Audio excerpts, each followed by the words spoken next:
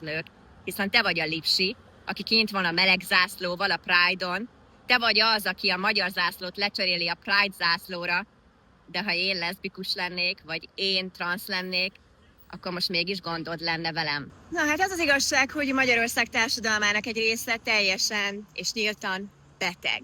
Nem csak beteg, hanem kétszínű, rosszindulatú, irigy, aljas, gonosz, és a tipikus woke lipsi megtestesítője. Elmondom, mi történt. TV híradójában arról beszámoltam. Amerikában tegnap a legfelsőbb bíróság egy olyan ítéletet hozott, hogy az államok önmaguk dönthetik el, hogy a transz embereket beengedik-e a különböző sportokba, vagy sem.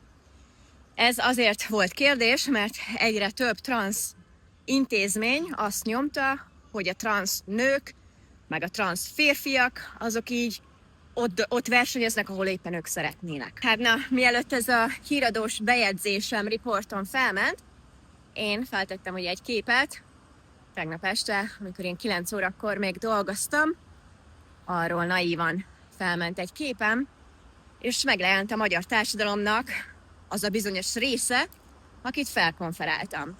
Tudjátok, azok, akik elfogadóak, akik szeretett országot építenek, akik kedvesek, akik szerint a Fidesz volt a probléma abban, hogy az emberek esetleg rosszindulatúak vagy gonoszok. Hát nem. Az alatt a kép alatt ugyanis megjelentek azok a jellegű kommentek, amik, hát szándékosan ugye próbálják az embert hergelni, engem neveznek transznak. És teszik ezt úgy, hogy pejoratív értelemben.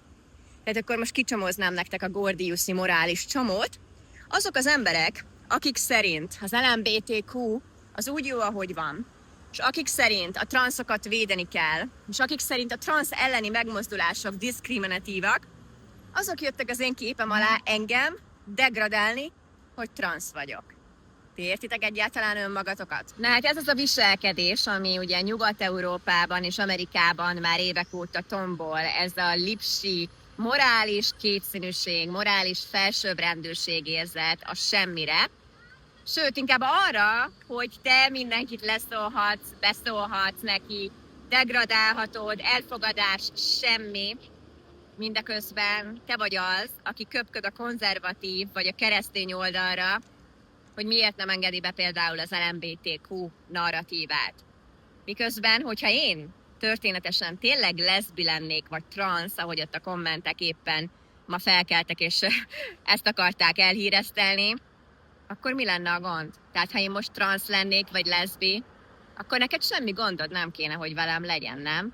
Hát bestik kéne, hogy legyünk, legjobb haverok, legjobb barátnők, hiszen te vagy a lipsi, aki kint van a meleg zászlóval a Pride-on, te vagy az, aki a magyar zászlót lecseréli a Pride zászlóra, de ha én leszbikus lennék, vagy én transz lennék, akkor most mégis gondod lenne velem.